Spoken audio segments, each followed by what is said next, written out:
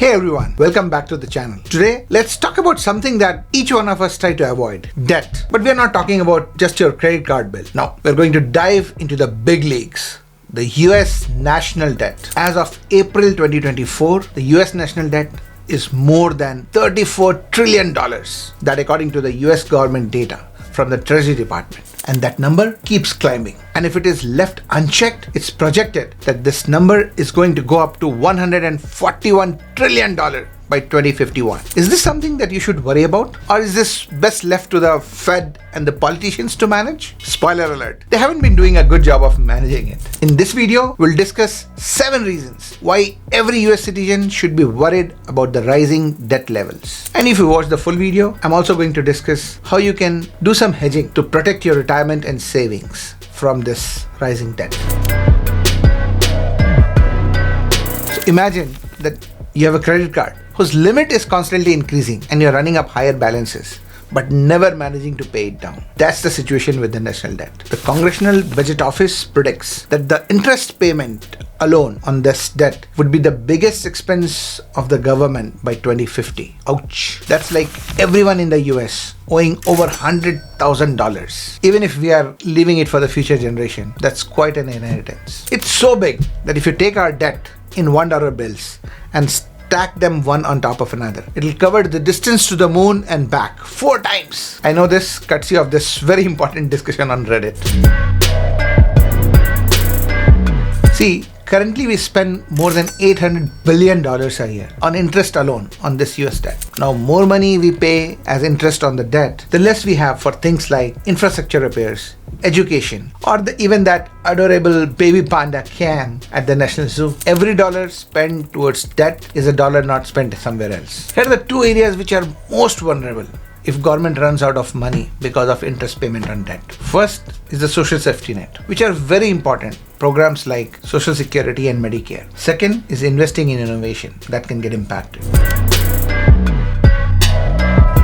The government might have to cut back funding on research and development. This in turn could stifle innovation and impact economic growth. Frankly, less innovation nowadays means falling behind in this very competitive world. Think what you can get. Homeless seniors, bumpy roads, outdated textbooks, and slower pace of innovation. That's scary. See, government might have to eventually raise taxes to raise money to pay back its obligation for the US debt. It's like having a friend who constantly keeps borrowing from you. At some point you get frustrated and you say, no more lending to you. I need my money back. Similarly, the lenders to US government may demand their money back, and at that point, the only option left with the government maybe to raise taxes. And see, it's not just the financing or debt that is going to raise our taxes, but there is also a looming deadline of 2026. See, when the Trump administration cut taxes using the Tax Cuts and Jobs Act of 2017, the personal tax rates were cut only for a limited time. The plan is for them to go back up at the end of 2025. Current rates might be as low as you are ever going to get. Knowing this, I have the best advice to protect your money from future tax increases. But I'll get to that in a minute. But first, let's talk about this another very important bad news that might come due to higher debt levels.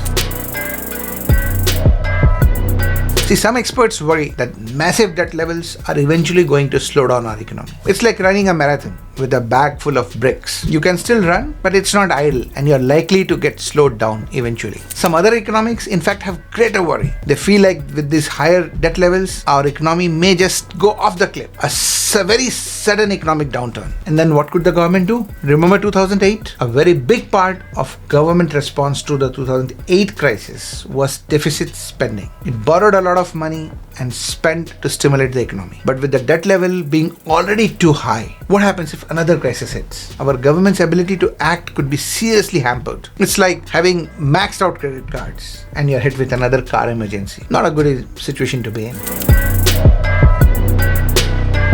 High debt level also makes us look undesirable to the foreign investors. Think of debt levels like your credit scores. If you have high credit score, more and more financial deals are offered to you. But if our debt keeps ballooning, the investors might lose confidence in US economy. It's like the US getting bad credit score. And like it happens in case of individuals, this situation could lead to higher interest rates, higher cost of borrowing for our country.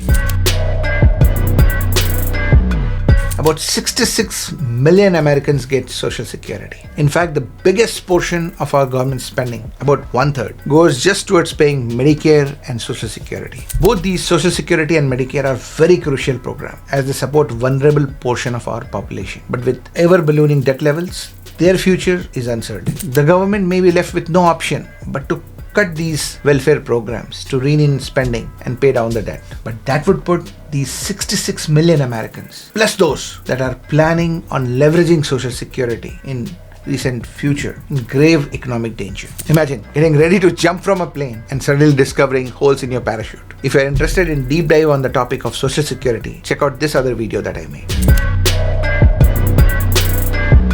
It's very simple. If the government has to pay higher rates on its own debt, it would simply mean higher interest rate for everyone. This means borrowing for a car, house, or even a college education can become even more expensive. So if the interests are going to be higher in future, if the taxes are going to be higher in future, what should you do today? Prepare your personal finances. Consider Roth retirement accounts. Either you can convert your traditional IRAs, individual retirement accounts, into Roth accounts by paying one-time taxes, or if it is available, leverage your company's 401k plans and see if it has got Roth available and leverage Roth within that. Roth contributions are made after paying taxes. So you'll be paying full taxes today before you deposit any money in the Roth account. You don't get any benefit today, but that's what we want because today's tax rates are low. Then your money grows inside this Roth account, and when you take out in future, where arguably the tax rates are going to be much higher, at that time you do not pay any taxes. Roth is a major part of my retirement strategy. I encourage you to make it part of yours too. So is the national debt end of the world? Not necessarily, but it's important to be aware of the potential consequences. By understanding this issue, we can hold our leaders accountable and work towards a better financial future. Remember, knowledge is power. So let's keep the conversation going in the comment section below. Should we be worried? What are your thoughts? And since you watched this till the end, you have my extra appreciation. Please do subscribe to the channel and come back for the next video. Do let me in the comments, who are you, my loyal watchers. See you in the next video. Bye.